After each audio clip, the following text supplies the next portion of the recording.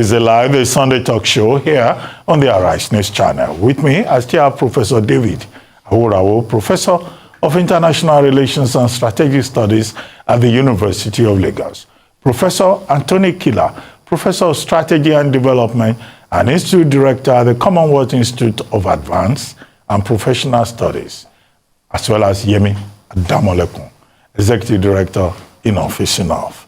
Well, we've been talking about local and international issues today. First, the Israel-Hamas crisis, and also sexual harassment, sexual assault in Nigerian universities. Professor Florence Obi, my last guest for today, was talking about the report that she has submitted to the Ministry of Education about sexual assault in Nigerian universities. Although being a product of that university, I took time out to promote the university. But anyway, let's start with you, Professor Aworawo, talking about Israel and Hamas and the crisis in the Middle East. Well, where to start from is to first express one's sympathy with those who have lost loved ones in this conflict. And of course, those who also have relations who have been injured or in the hospital.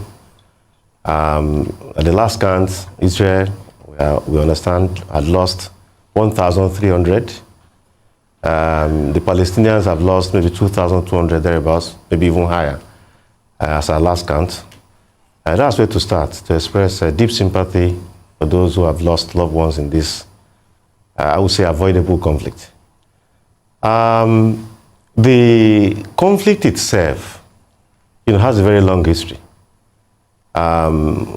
Before Israel was created as a state in 1948, in fact, from 1917, when the Balfour Declaration was proclaimed, and then the years that followed, and the opposition of the Palestinians to the possibility of creating an Israeli state in that region.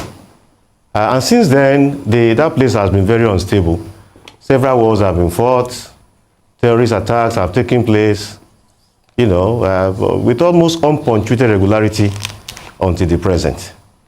The attack last Saturday, which gave rise to the current crisis, is very disturbing. It's you can't see those images and not be horrified. Women, children, people captured, people slaughtered, and all. What is the way forward? Because this conflict, looked like intractable.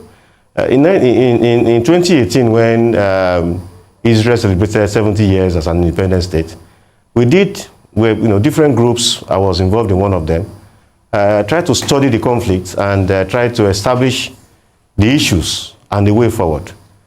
The result of our research, I tried to compare with what others did elsewhere, even outside the country, and I discovered a trend that the recommendations were have been similar over time, which means there is no shortage of ideas regarding how to resolve the conflict. What has stood out in all of this is that both sides have people with extreme positions, and they are not in the minority.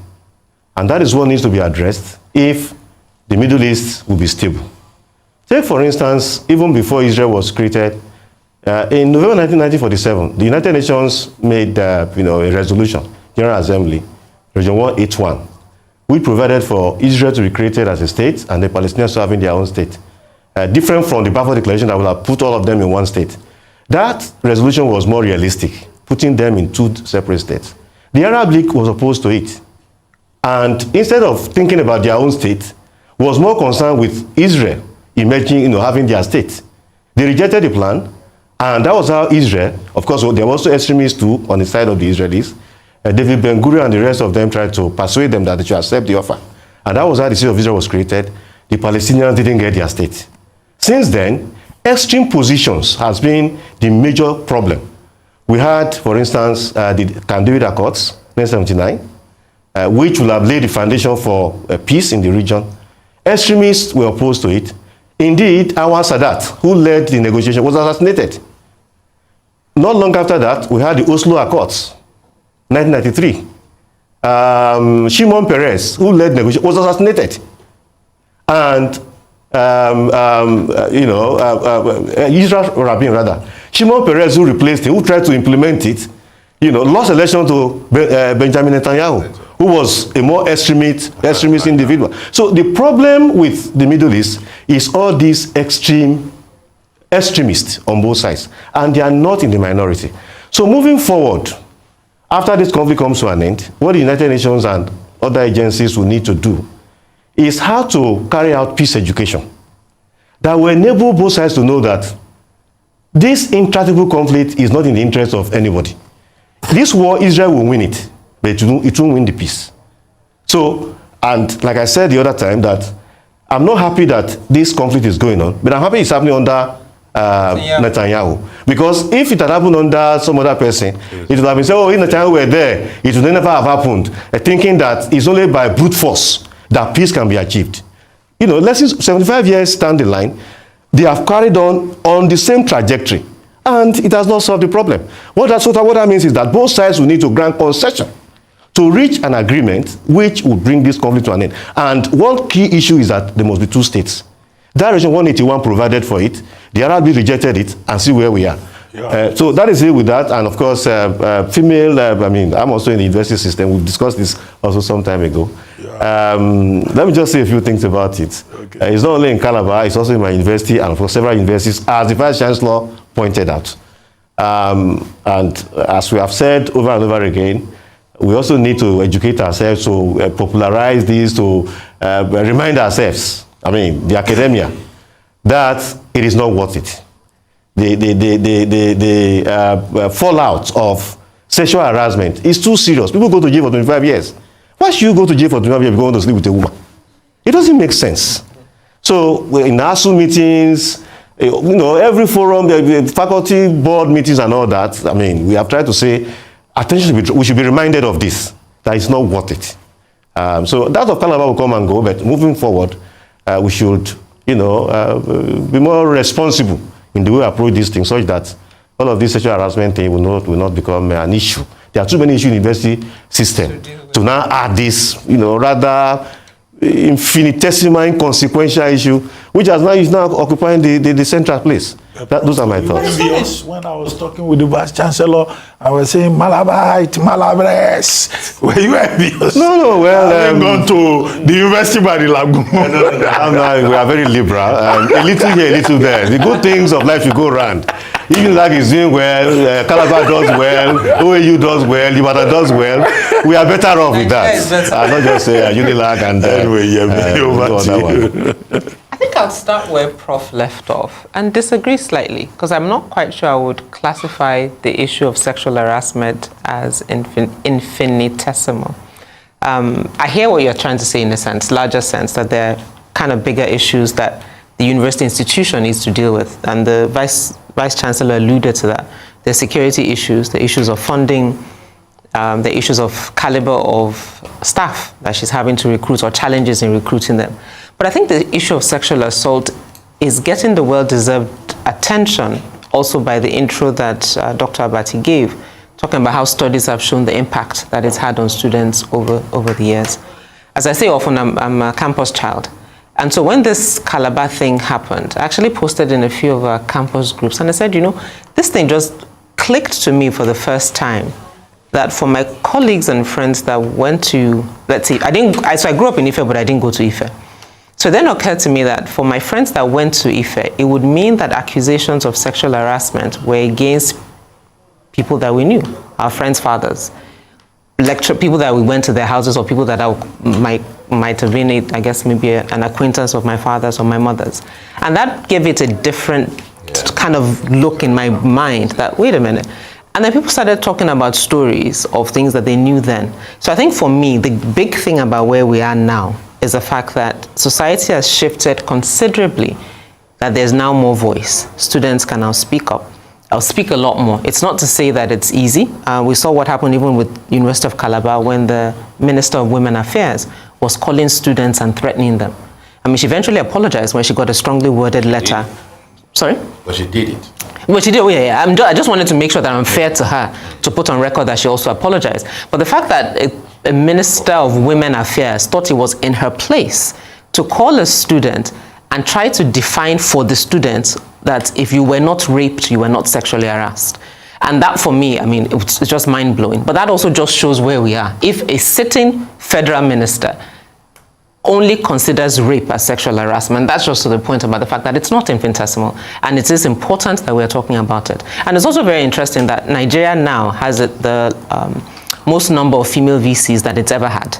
And so it's instructive, and it'll be interesting to see how they, in that position, take on these issues. So Calabar has an issue. Unilag actually just had a professor that was suspended, if I'm not mistaken. I was trying to avoid that. Yeah, but I mean, I can't be here.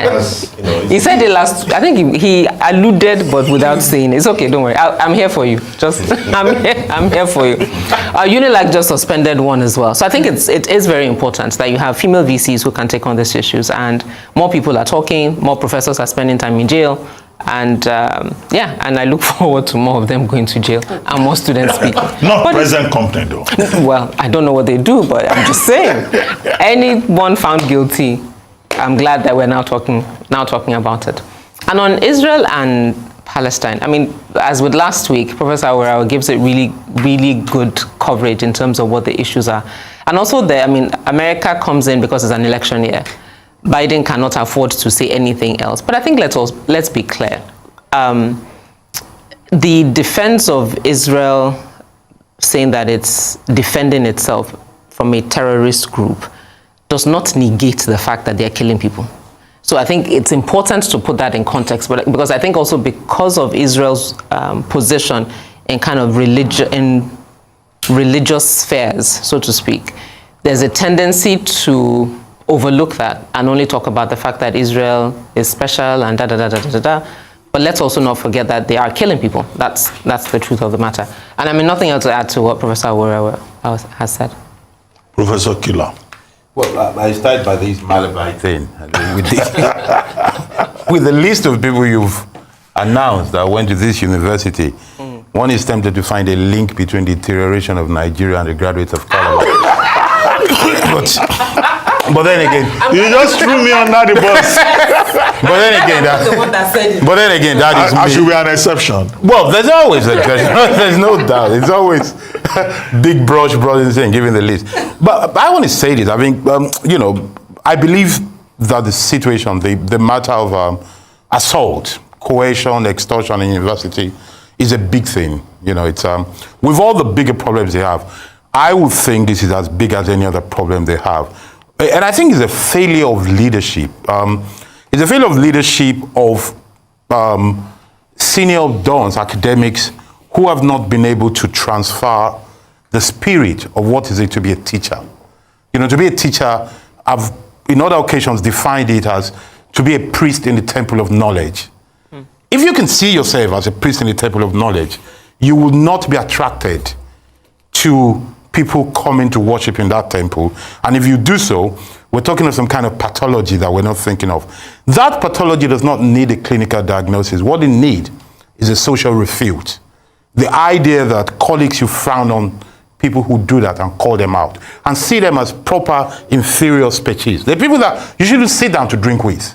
And I really want to say this to my colleagues across the world, that there's something very wrong for people to abuse, extort, harass people put under their care for knowledge. But it's also failure of leadership. For anything, really. For anything, anybody. Look, I tell you, and this is I think it's also a system thing. So in some universities, Cambridge comes to mind, but I think LSE too.